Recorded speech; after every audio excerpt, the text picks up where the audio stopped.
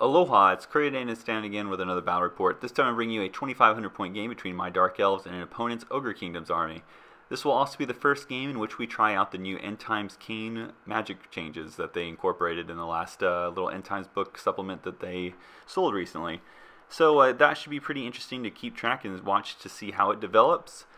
But starting with deployment right now, this is going to be kind of a new concept army that I'm bringing to the table. It's kind of heavy infantry related, and I'm really liking the regimented look of it. So starting on the left, of course, like I said, is the 40 Dread Spears with a level 1 wizard in it. Then we have a chariot, another unit of Dread Spears, and then another chariot.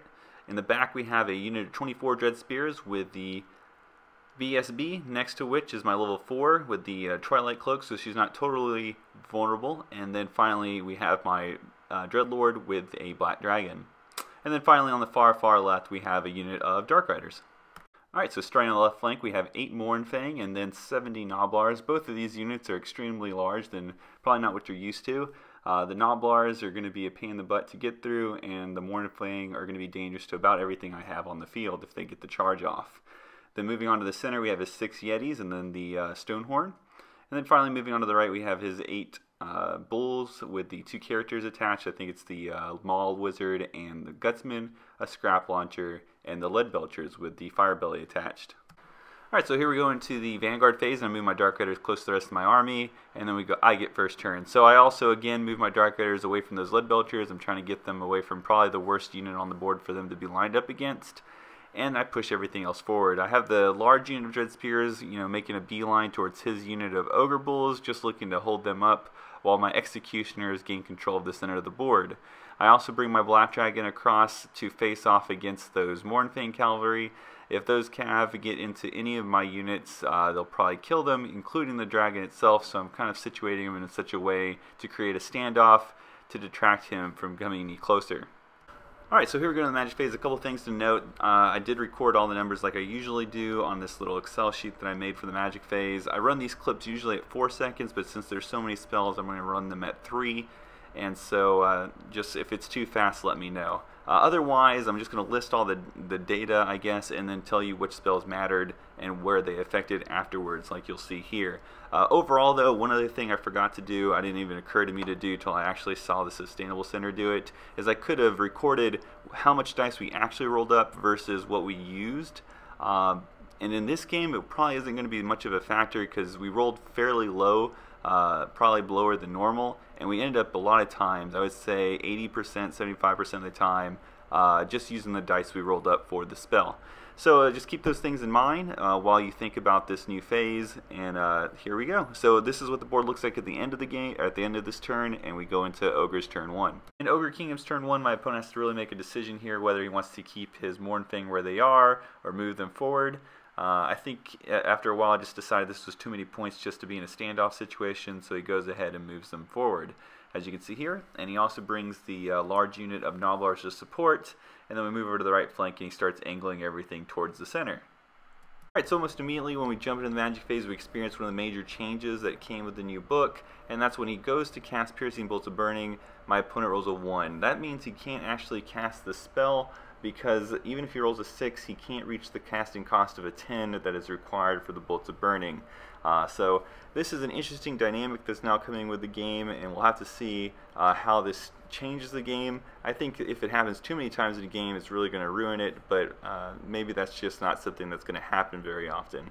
Other than that, we go into the shooting phase, and after he kills 3 of my Spearmen with his spell, the Bone Crusher, he then guns down 3 more with his Lead Belchers. Alright, so in Dark Elf turn 2 we have a couple charges to declare. First, the Black Dragon and the Chariot next to it will charge the Mournfang, and they make that fairly easily. I then charge the Executioners and the other Chariot into the Thunder Tusk. Unfortunately, the Chariot fails, but the Executioners make it. They're just placed awkwardly. We go into the movement phase, and this is what the board will look like at the end of that, and then we jump into Dark Elf Magic Phase 2. For the next couple slides here, you're going to see a ton of spells listed. I did end up casting a ton of spells this turn. Unfortunately, even though it seems like it's very exciting, it actually was not very exciting. I ended up only casting one spell that mattered. That was the first Plague of Rust. The rest of them either get dispelled, they fail, or the series of fireballs that I do get off result in only 2 wounds. So this magic phase did take a little bit to get through, and at the end of it, it was kind of disappointing that it didn't result in a whole lot. We do go into the combat phase after that though, and the Executioners do a couple wounds to the Stormhorn. It breaks. I decide not to run it down and instead try to just establish control of the center of the board. We then move over to the combat with the Black Dragon, Chariot, and Mournfang. He puts 2 wounds on the Chariot. I kill, I think, about 3 of his Mournfang, but he's still steadfast and then sticks. So we go into Ogre Kingdom's turn 2, and he's going to declare a couple charges. First, the Yetis and the Executioners. That's going to be a very easy charge to make. I think it's a given. I'm not afraid of this, though. I'm going to kill them pretty easily. His Bulls and his Scrap Launcher go into my Spearmen. I just need them to hold, and then I can have the Executioners respond to them fairly easily. Other than that, he moves his Gnoblars up, and then the right side of the board also moves up. And he also rallies his Stonehorn. My opponent surprises me with his War Gear selection. He activates the Trickster Shard, and I thought this was a pretty creative thing to bring in this type of game. There's going to be a lot more opportunities for Wizards to take damage. Unfortunately, in this particular instance, things just don't go well for him. He just rolls so low and isn't really able to cast any of his spells. I do dispel his last spell, and what do you know? I took a win for it. So if he would have had a larger magic phase and maybe got off more of those spells and forced me to make more attempts to dispel, I think it could have done more damage than we would have ever thought. Go in the shooting phase, and my opponent puts 2 wounds on my Chariot with his Lead Belchers. We then go into combat. These guys do a ton of impact hits. I lose a bunch. He then makes a mistake and offers a challenge. I decline. My Sorceress goes in the back. He kills a bunch more, but I'm still steadfast and I do stick, and that's pretty key. Because we go to the center, I kill a couple Yetis here. They lose combat break. I decide not to pursue and instead help out this other combat. Finally, we go to the left side combat. I actually fail my leadership check with the Hydra Blade, meaning that I go to weapon skill 2, but I have Heroic Killing Blow, and what ends up happening is I Heroic Killing Blow one of the Mournfang and put 2 wounds on another. So that's pretty good, but I'm still stuck there because he's steadfast and he passes that leadership check. Alright, so in my Dark Elf turn 3, I have 2 charges declared. The first one is, of course, the Executioners in the flank of the Ogre Bulls with a follow-up charge with the Chariot, and they both make it fairly easily. Other than that, my only other movement is with the Dread Spears and the Dark Riders, and we jump into the Magic phase. So here we go into the Magic phase, and this particular phase just put a really bad taste in my mouth for this new rule. So we go in there, and I roll 2 consecutive spells that are very important to combat, and my opponent only rolls 1 dice to try to dispel it, and that's just horrible. I then fail ridiculous Glittering Robes, as you can see here, and at this point I'm like, I don't even need to really use up all my dice. I have 2 spells on 2 combats that are going to be pretty key, so you know, screw it, I'll just quit my Magic phase. So we go straight into combat. My Black Dragon kills off, I think, 1 more of the Mournfang. They're no longer steadfast, they break, the banner dies, and I decide not to pursue, but instead reform. In the middle, the big combat with the 2 buffs on them, man, I win this pretty easily. I feel bad that my opponent really didn't have a chance to stop anything, but that's what it is. Lucky for him, I did not pursue. I mean, I did pursue, but I did not catch. Alright, so we go into Ogre Kingdom's turn 3, and we see him declare 1 charge with the Thunder Tusk into my Dark Riders. I flee. He tries to redirect, but fails his redirect test, so he's stuck like he is. He goes to rally his Mournfang, but unfortunately for him, they continue to run, but he needs double 1s, of course. His Yetis do rally, so that's good. And then over here, with his 2 units that were fleeing, the Scrap Launcher continues to, but the 8 Bulls with the characters do rally. So that's good news there. Otherwise, he starts to make a new battle line, kind of going long ways across the board, and we jump into the Magic phase. In Ogre Kingdom's Magic Phase turn 3, my opponent continues to not be able to generate enough spell dice when he goes to cast some spells, so he's going to fail some. And he's also, at this point, not forced me to use my Dispel Scroll, so when he does finally get off a good-sized spell like Troll Guts, I use my Dispel Scroll against it. He also gets the Stubborn spell off, but I don't even remember where that goes. So we go in the shooting phase. He blows away my Chariot with his Lead Belchers. He unleashes his Flame template against my Dread Spears from his Fire Belly, and with that they break and they flee. So that's about it, and we jump into Dark Elf turn 4. In my turn 4, I have 3 charges I'm going to declare. First, the Black Dragon against the Thunder Tusk is going to fail, but my other 2 charges, the Executioners and the Thunder Tusk, actually succeed, and then the Dread Spears make it over the hill into the Gnoblars. My other unit of Dread Spears continues to flee since they need double 1s. And then I have my Dark Riders move around through the forest. I lose 1 to it, but just to get in a position to shoot up these last Yetis.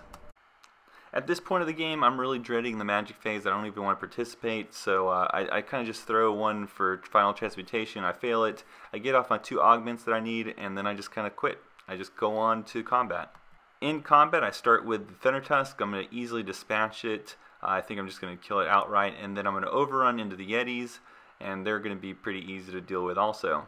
After that, we go into the combat with the Dread Spears against the Gnoblars. I kill quite a few, but they're steadfast. They hold, but they're unable to reform to face me. Alright, so here we go into Ogre Kingdom's turn 4. This will also be the last turn. We just ran out of time. The game just took longer than we expected. So he charges these fleeing Dread Spears, then his Scrap Launcher flees off the board. His Mournfang also flees off the board, and I'm starting to get some points. He moves up his Lead Belchers to take shots at whatever is going to be left after the Magic Phase. So here's just another shot of that. And we go into the Magic Phase. Alright, so since this is the last Magic Phase, my opponent's just pretty much going to use this and his Shooting Phase to knock out those Dread Spears that are part of that big unit that's fleeing. So you can get some points on the board. So he starts with the Maw, and I do stop it successfully. Then I realize I can't stop all his magic missiles, so I stop trying, and he kills off all of the Dread Spears.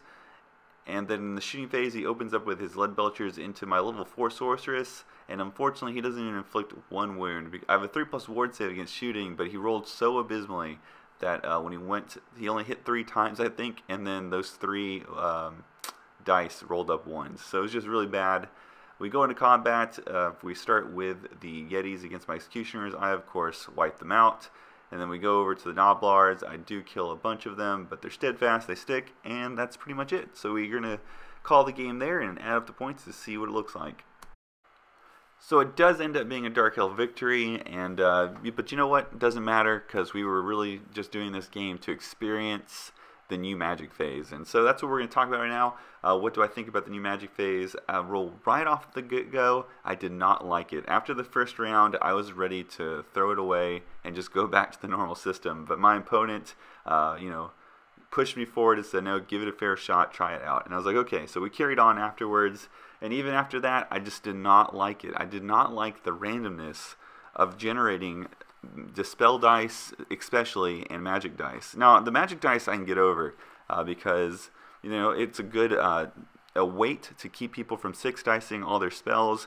And at the end of the day, you're going to use up all your Magic dice because you have control of the Magic Phase when it's your turn. So you're going to be able to bleed out your dice. Now, maybe you're not going to get all the dice you want for a spell, but you're going to be able to pick your spells, and then you're going to be saying, I'm going to allocate dice to it. You might not know how many you're going to allocate to it, but at least you can do it. So you're going to get through all your dice spells. That's what I'm trying to get through.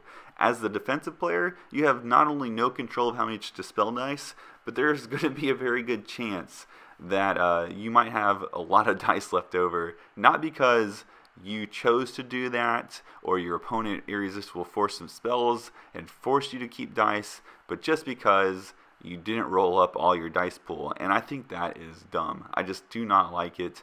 That one round where I rolled up the Glittering Robes and the Enchanted Blades with 4 dice, and my opponent only rolled up 1, is ridiculous. And it was just so bad. And my opponent, I don't know if it actually happened to me, but he even experienced rolling up a 1 for a couple spells, and I thought that was just unfortunate. It feels like you're bringing more points in an army than your opponent is, and it's just I just don't like that. It's just not a good aspect to it.